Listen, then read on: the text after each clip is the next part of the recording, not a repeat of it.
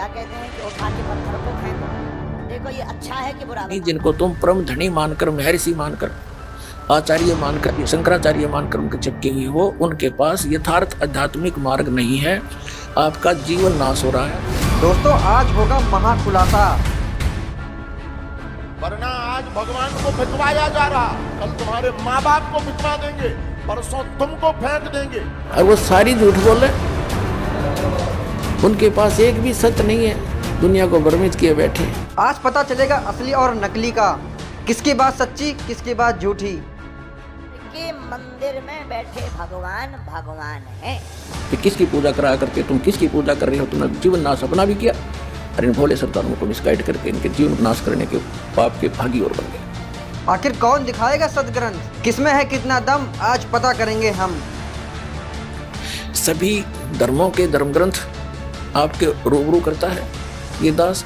हम अपने भगवानों का अपराध, भगवानों की अवहेलना नहीं सह सकते। कुछ एक संतों ने तो ये कह दिया है कि रामपाल की पुस्तक नहीं पढ़ना, रामपाल का सत्संग नहीं देखना। तो क्या वो मित्र है उनके? वो तो दुश्मन है। सबका सुनो सत्संग और कंपेयर करो, सबके साथ तुलना करो। आज होगा दूध का दूध और पानी का पानी। नमस्कार दोस्तों, हमारे चैनल सुख संवेद में आपका स्वागत है। आज की डिबेट है दो संतों के बीच। आज होगा आमना सामना। एक तरफ हैं धीरेन्द्र शास्त्री जी और दूसरी तरफ हैं संत रामपाल जी महाराज। आज इस वीडियो में आपको दिखाएंगे सच, जो आपको जरूर जानना चाहिए। सबसे पहले शुरू करते हैं इस वीडियो से। बागेश्वर धाम से जुड़ी महिला ने भरे दरबार में जाकर के धीरेन्द्र शास्त्री से कह दिया कि हमारी बहू संत रामपाल जी महाराज जी की शिष्य है और वो हमसे कहती है कि मूर्ति फेंक दो। धीरेन्द्र शास्त्री जी ने क्या कहा सुनिए। क्या कहते हैं कि उठा के पत्थर को फेंको, देखो ये अच्छा है कि बुरा, बताओ आप लोग। सही है कि गलत? आज भगवान को फिकवाया जा रहा, कल तुम्हारे माँ बाप को फिकवा देंगे, परसों तुमको फेंक देंगे। चिंता ना करो, बिल्कुल रो ना। भगवान, किसी को भगवान में पत्थर दिखाई पड़ते, हमें पत्थर में भगवान दिखाई पड़ता है। ऐसी उल्टी साधना बता दी, पत्थर का भगवान बना दिया, कहते इसकी पूजा। भगवान की मूर्ति आपके घर पे है, किसी भी इष्ट की आप पूजा करते हो, मूर्ति आपको कोई लाभ नहीं दे सकती। दोस्तों अब आप ये वीडियो देखिए। कहते हैं कि उठा के पत्थर को फेंको, देखो ये अच्छा है कि बुरा, बताओ आप। हिंदू धर्म में लोग 33 कोटि देवी देवताओं को पूजते हैं, जबकि संत रामपाल जी महाराज बताते हैं कि हमारे धर्मशास्त्र चारों वेद व पवित्र गीता जी में स्पष्ट रूप से केवल एक पूर्ण परमात्मा की इष्ट रूप से पूजा करने के लिए कहा गया है, जो कि इन सभी देवी देवताओं से अन्य है। जिससे लोगों को लगता है कि संत रामपाल जी महाराज हिंदू देवी देवताओं का अपमान करते हैं तथा इन्हें छोड़ने के लिए कहते हैं, लेकिन दर्शकों ऐसा नहीं है। संत रामपाल जी महाराज अपने सत्संगों में बताते हैं कि तीनों देवा कमल दल बसे, ब्रह्मा विष्णु महेश, प्रथम इनकी वंदना, फिर सुन सतगुरु उपदेश। अर्थात पूर्ण परमात्मा की प्राप्ति के लिए सर्वप्रथम हमें अपने शरीर में स्थित कमल चक्रों पर निवास करने वाले इन्हीं तीन देवताओं की, ब्रह्मा जी, विष्णु जी तथा शिव जी की सत्य साधना करनी चाहिए, जिससे हम पूर्ण परमात्मा को प्राप्त करने योग्य बने।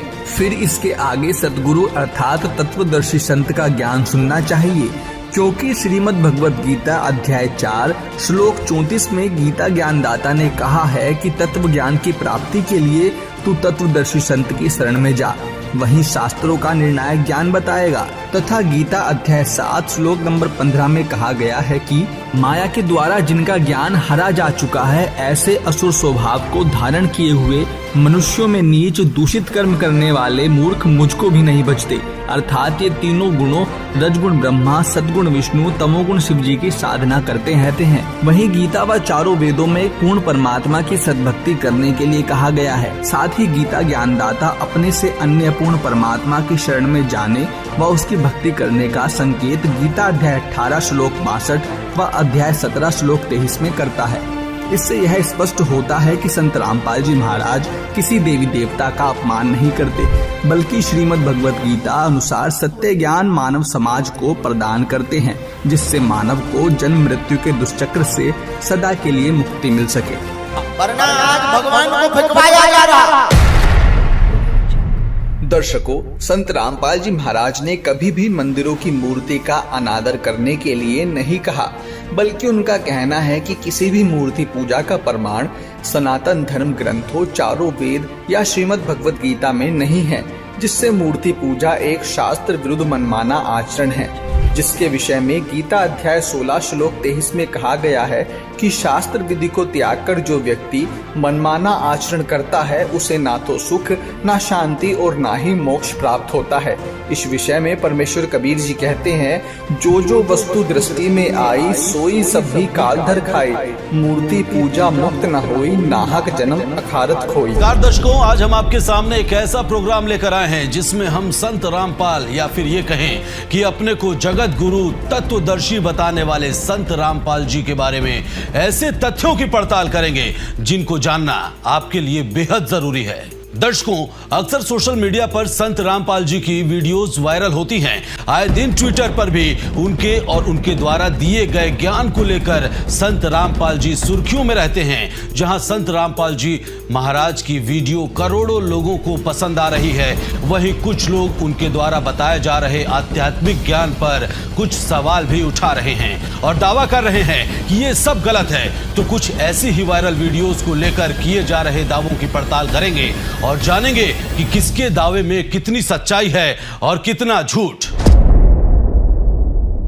पत्थर बल्टी फेंक दो, इन चट्टानों में ना पड़ो, पूरी पूजा बांध दो, ये मूर्खता और धूर्तता है। सोशल मीडिया पर दावा किया जा रहा है कि संत रामपाल जी तीनों देवताओं की भक्ति करने को मना करते हैं। इस सनसनीखेज दावे को बार बार सोशल मीडिया पर फैलाया जा रहा है, लेकिन इस दावे में कितना सच है, देखिए हमारी एक खास पड़ताल।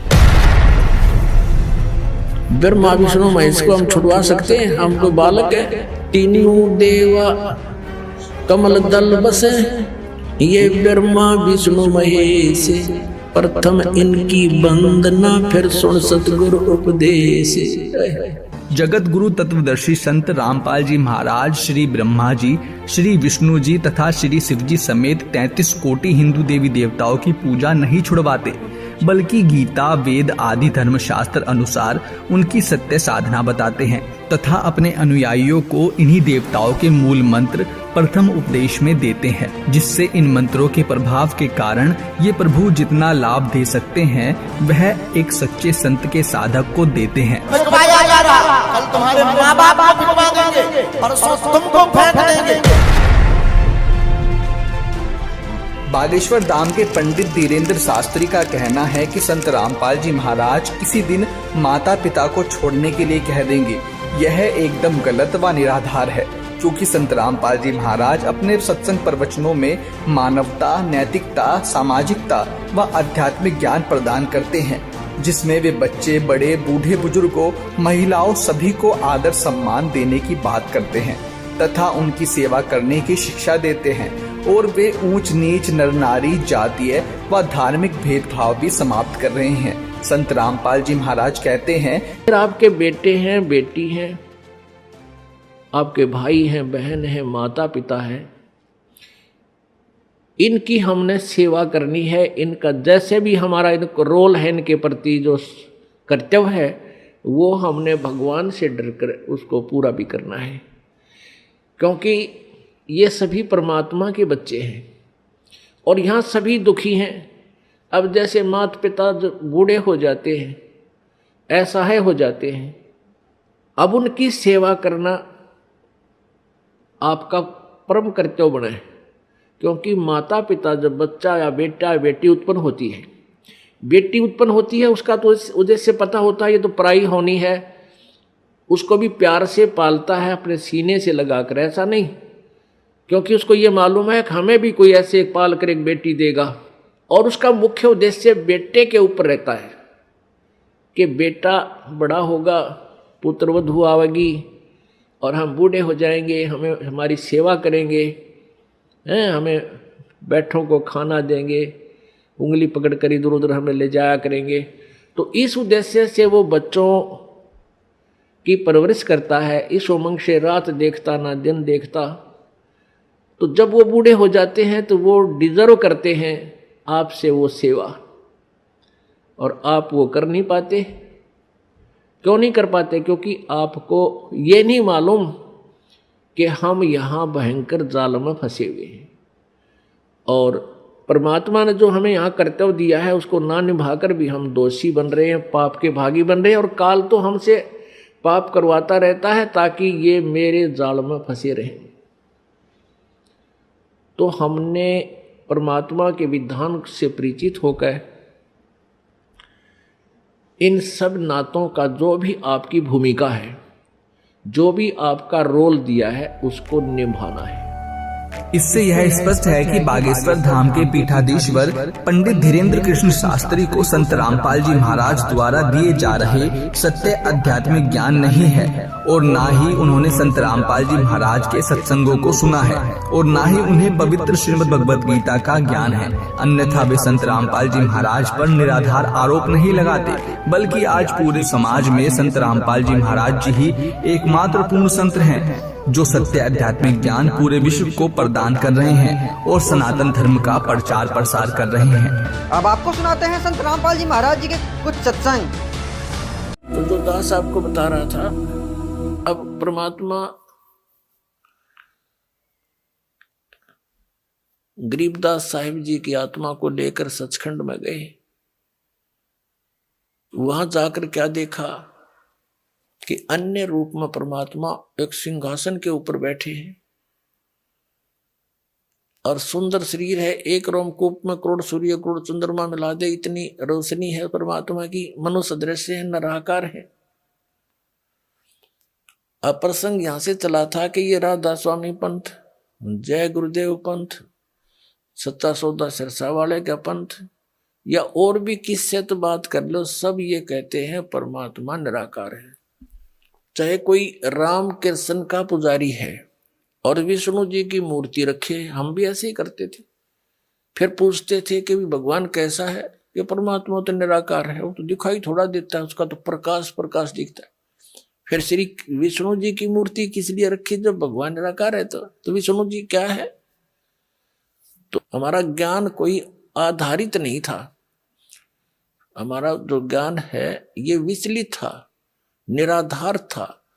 अब जैसे गीता जी अध्याय नंबर 2 के श्लोक नंबर 53 में 53 में कहा कि अर्जुन, जिसमें तेरी बुद्धि भिन्न भिन्न प्रकार के भ्रमित करने वाले वचनों से हटकर एक परमात्म तत्व के तत्व ज्ञान पर स्थिर होगी, तब तो तू योग को प्राप्त होगा, तब तो तेरे में भगत के लक्षण आवेंगे, तू योगी बनेगा, भगत बनेगा। तो दास आपको ये भिन्न भिन्न प्रकार के भ्रमित करने वाले वचनों से हटाकर और उस एक तत्व ज्ञान पर स्थिर करना चाहता है। उसके लिए आप जी को सभी धर्मों के धर्म ग्रंथ आपके रूबरू करता है ये दास, और जो उस धर्म के धर्मी वर्तमान के जो प्रवक्ता हैं, वचन करता है, या अब से कुछ 100-200 वर्ष पहले तक के आ रहे हैं, जो अपना अनुभव बना करके, जो उन्होंने सारे जीवन में जैसा भगवान को जाना, सदग्रंथों को जाना, अपना अनुभव वो अलग से बनाकर चले गए पुस्तक, और उनके अनुयायी उनके द्वारा अनुभव की पुस्तक को ये मानकर ग्रहण किए हुए हैं कि ये सदग्रंथों से मेल खाती है, क्योंकि उन पुस्तकों में उन्हीं महापुरुषों और सदग्रंथों के नाम लिखे हैं कि उन्हीं से भी हमने ये जाना और स्वयं अनुभव भी ऐसा किया। तो दास ने उन सभी के अनुभव की पुस्तकें, उनके अनुभव के प्रवचन, जैसा कि टीवी आदि के माध्यम से, सीडी के माध्यम से, मीडिया के माध्यम से उन्होंने अपना जो प्रवचन कर रखे हैं, ज्ञान जनता में बांट रखा है, वो सारा आपके रूबरू कर दिया कि ये तो ये बताए हैं। और दास ने ऐसा अनुभव किया है, और जो वेदों से मेल खाता है, और सभी महापुरुषों को जिनको परमात्मा मिले उन्होंने जो बताया वो भी दास का मेल खाता, इनका नहीं खाता। तो इससे उनको रिजेक्ट कर दो, तो उस गलत अनुभव को, गलत ज्ञान को, शास्त्र विरुद्ध ज्ञान को त्याग के और शास्त्र विरुद्ध साधना को त्याग कर शास्त्र अनुकूल साधना ग्रहण करो। ये सारा कुछ प्रयत्न करके निष्कर्ष यही निकालता है दास कि आप उन सभी को त्याग कर, जो आपकी दिशा ठीक नहीं थी, वो शास्त्र ठीक नहीं थे, उनके अनुभव ठीक नहीं थे, वो संत अनुभवहीन थे, उनको परमात्मा प्राप्ति हुई नहीं, जिनको तुम परम धनी मानकर, महर्षि मानकर आचार्य मानकर, शंकराचार्य मानकर उनके चिपके हुए हो, उनके पास यथार्थ आध्यात्मिक मार्ग नहीं है, आपका जीवन नाश हो रहा है। और ये प्रमाण प्रूफ देख लो। और इतना कुछ देख कर भी जो नहीं मानता है, उसके लिए परमात्मा कहते हैं वो चातुर प्राणी तो चोर हैं, जो अटपट करके दुनिया ने पीछे लगाए बैठे हैं। कहते हैं चातुर प्राणी चोर हैं, ये मूड मुग्ध हैं, ठोठ, इतना ज्ञान देखकर, प्रमाण देखकर भी उनके चिपके बैठे हैं, वो है मूड ठोठ, बिना अकल के। और वो संतों के नहीं काम के, उनको दो गल जोट। तो परमात्मा कहते हैं कि वो फिर हमारे काम के भी कोई नहीं, वो वहीं वहीं मरे रहो, फिर और क्या इलाज है उनका। इतने प्रमाण देखकर और फिर विष खाने की तैयारी में, तो या तो वो नशे में है या कति मूढ़मती। फिर क्या बताते हैं कि जानबूझ साची तजय। एक भक्त ने अपने गुरु को कहा कि गुरुदेव आप संत हैं, और संत वही हो जो सच्ची बोले। पहले तो उसने उसको तैयार किया नो विवश करने को कि ये कदे अटपट ना कर जा। और भगत भगवान के मार्ग में झूठ बोलो, भगत कैसा है? कहाँ बेटा बच्चा ऐसा ही है कि आप अपनी आत्मा से बताइए, जो पुस्तक ये मैंने पढ़ी है और ये आपके अनुभव के विपरीत है, या सच्ची है या झूठी। तो उसने कहा भाई तेरे को सच्ची लगती होगी, तू ग्रहण कर ले, मैं तुझे बाधा थोड़ा ही कर रहा हूं, मुझे तो अच्छी लगती नहीं। तो उनको कहते हैं जानबूझ साची तजय और करे झूठते ने, ताकि संगत है प्रभु स्वप्न में बना दे। इसे दुष्ट के दर्शन भी नहीं करे, स्वप्न में भी जानबूझ कर। किस लिए? सिर्फ अपनी वो मेहनता ही ना छूटे, और कल गदा बनेगा वह मेहनता ही वहां छूटेगी, फिर मारा कड़म लठ कुमार डायमंड का बोरा कमर पर होगा। तो हमने जो भी संत महंत आचार्य ऋषि महर्षि शंकराचार्य संत हैं, ये सभी परमात्मा के लिए ही निकले हैं। अभी तक तो चलो जैसा भी हम धोखे में थे, संत भी थे और भगत भी थे। अब इस दास ने कति क्लियर कर दिया। अब इन संत महंतों ने या तो ये बताना चाहिए कि रामपाल झूठ बोल रहे है, एक पॉइंट गलत सिद्ध कर दो मेरा, और नहीं तो अपना कल्याण कराओ। आओ मान बढ़ाई क्या है इसमें?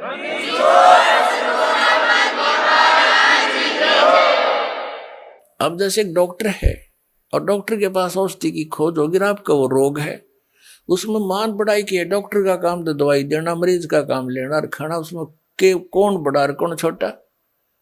डॉक्टर डॉक्टर ही है, दवाई उसने देनी है क्योंकि उसको मिल गई है। तो दास के पास इस जन्म मरण के दीर्घ रोग को नाश करने की वो यथार्थ औषधि, यथार्थ मंत्र हैं, जो आज तक ना ब्रह्मा जी को प्राप्त हुए, ना विष्णु जी को, ना शिव जी को, वो दास के पास उपलब्ध।